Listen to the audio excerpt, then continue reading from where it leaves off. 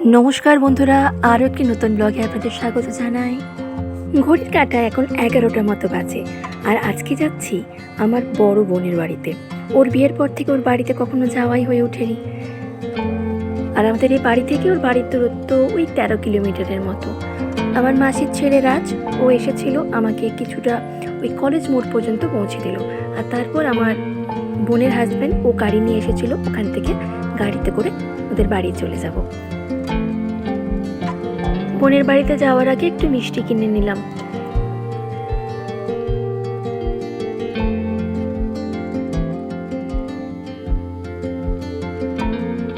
এই গড়বেতা কলেজের পাশে যখন পেরোচ্ছি না, তখন কিরকম একটা নস্টালজিক লাগে। কলেজটা অনেক পুরনো। আমার দাদু এখানে পড়াশোনা করেছে, আমার বাপি পড়াশোনা করেছে, আমি পড়াশোনা করেছি। আর এত সুন্দর পরিবেশ এখানের, আপনারা দেখে হয়তো কিছুটা আন্দাজ করতে পারছেন। যাই হোক, ভাই আমাকে এই কলেজ অবধি পৌঁছে দিল। আর আপনারা জানেন তো, কলেজের উল্টো দিকে কিন্তু গনগনি। আর এখন যাচ্ছি বোনের হাজব্যান্ড পুষ্পেন্দুর গাড়িতে। আমাদের গড়বেতা কিন্তু কোনো ছোট জায়গা নয়, যার করে এমন অনেক জায়গা আছে যেগুলোর হয়তো আমি নামও শুনিনি বা যাইও নি। এই যেমন আমি হোমগড় নামটা শুনেছি, কিন্তু হোমগড়ে আমার কখনো যাওয়াই হয়নি, এই প্রথমবার যাচ্ছি।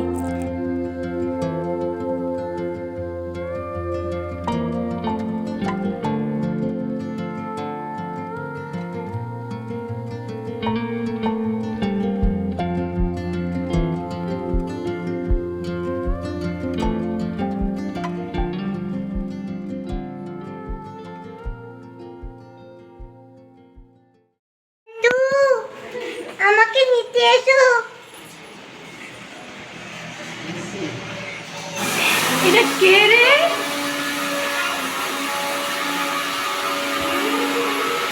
এটা কে রে? এবার কত বড় হয়ে গেছে। খুব সুন্দর, একদম খুব সুন্দর ঘর হয়েছে।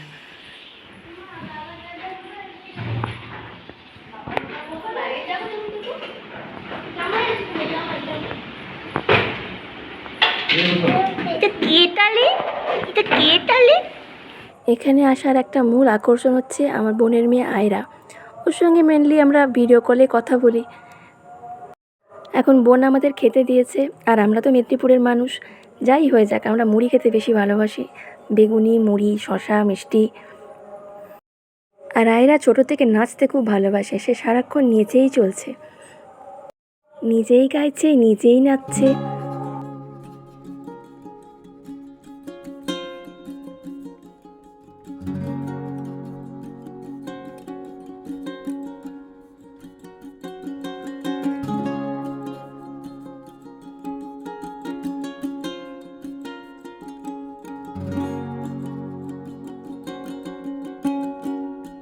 আমি মাসিমার সাথে 3তলায় গেলাম ঠাকুর ঘর দেখতে, তারপর সেখান থেকে একটু ছাদে ঘুরতে গেলাম। কিন্তু ছাদে এত রোদ্দুর ছিল যে 1 মিনিটও দাঁড়াতে পারলাম না। বাড়ির পরিবেশটা খুব সুন্দর, পেছনে কত ধানের জমি, পেছনে রয়েছে শিলাবতী নদী, আবার ওই দূরে। তোমরা দুজনে মিলে আমি তো গেম তুমি পারো গেম খেলতে? আমাকে মারিয়েছে, এই গেমটা ও খেলতে পারবে না, ওর জন্য বেশি কন্ট্রোল। তুমি ললিপপ খাচ্ছ?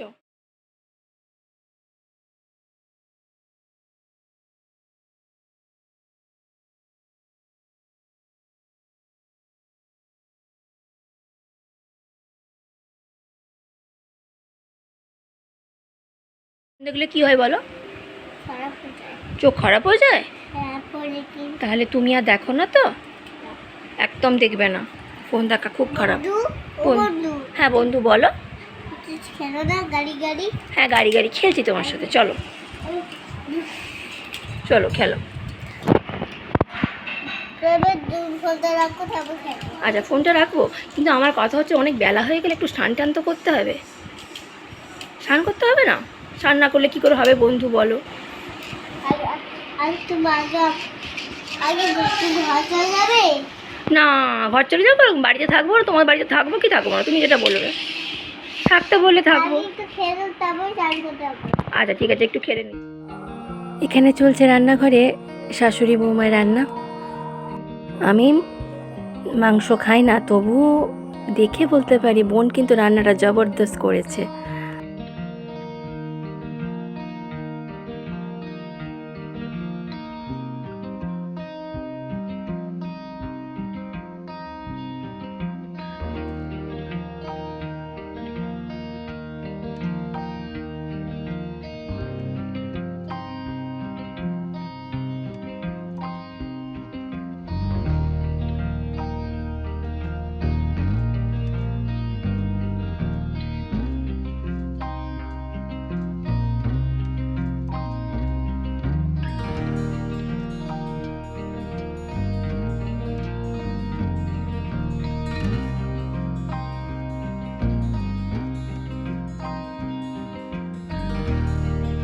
আমি সাজাইনি আইরা। বাহ, ভেরি গুড, ভেরি গুড। তুমিও সাজাইছি, তোমাকে করবে। উমা, ভেরি গুড, তুমি এটা খুব ভালো করেছো, একদম শিখে গেছো। দেখি, এটা আমি আইয়া না, আমি করিনি, এই বাবার দাদা করেছে। কিন্তু খুব ভালো করেছো, ভেরি গুড, ভেরি গুড। আমি খুব খুশি হয়েছি। এটা করেছে, করেছে।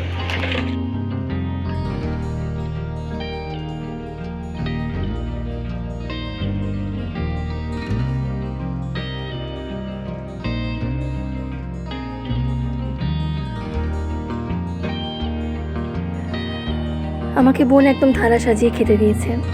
নিজে রান্না করে তো বাড়িতে রোজই খাই, কেউ থাকিয়ে দিলে কিন্তু বেশ ভালো লাগে। বিকেলে গেলাম শিলাবতী নদীর পাশে রাম মন্দির দেখতে। গড়বেতার বুকে যে এত প্রাচীন একটি রাম মন্দির রয়েছে তা অনেকেই কিন্তু জানেন না। আমি তো নিজেই কোনোদিনও আসিনি। আর এই দেখুন, বালি তুলে তুলে নদীগুলোর কি হাল করেছে।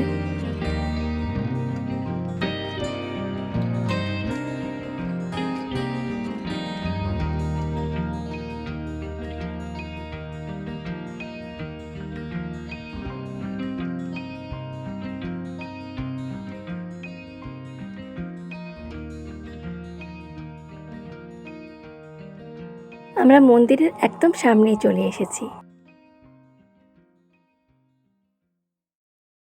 এই যে গাছটা দেখছেন, এর নাম হচ্ছে হরিতকি।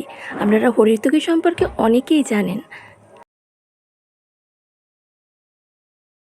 বাইরে জুতো রেখে আমরা আস্তে আস্তে মন্দিরের ভেতর প্রবেশ করলাম।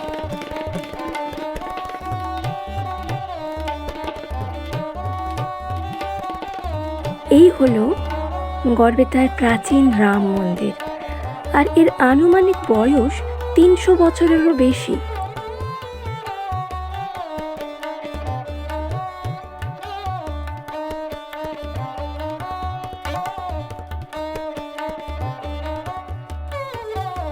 চলুন আপনাদের মন্দিরের চারিপাশটা একটু ঘুরিয়ে দেখাই।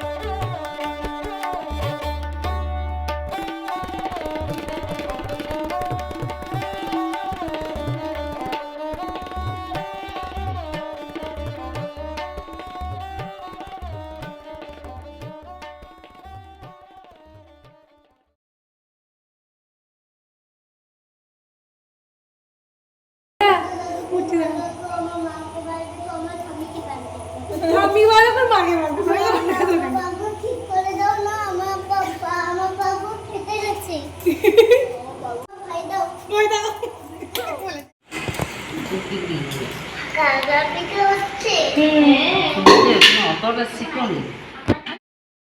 গতকাল রাত্রে বোনের বাড়িতে থেকে গেছিলাম। আজ সকালে বোনের বাড়ি থেকে বেরিয়ে পড়বো ওই 11টা নাগাদ। দু ভাই বোন এখানে খেলা শুরু করে দিয়েছে অলরেডি।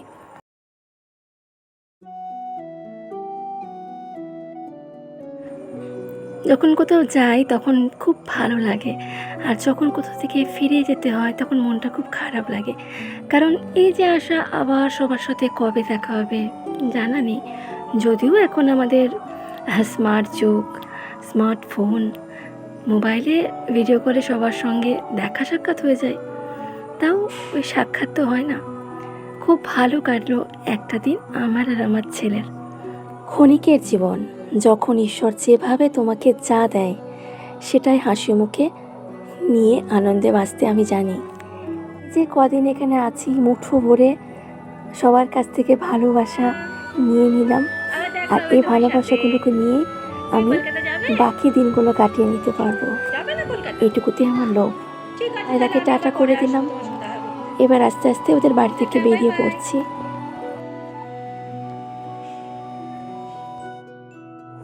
বেরিয়ে পড়লাম বাড়ির উদ্দেশ্যে।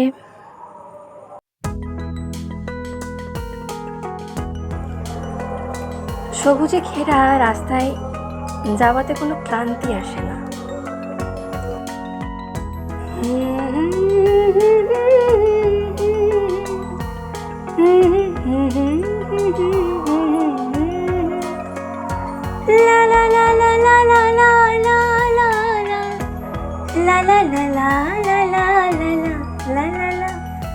এরকম রাস্তা দেখলে গান অটোমেটিক গুনগুন করতে ইচ্ছে করে।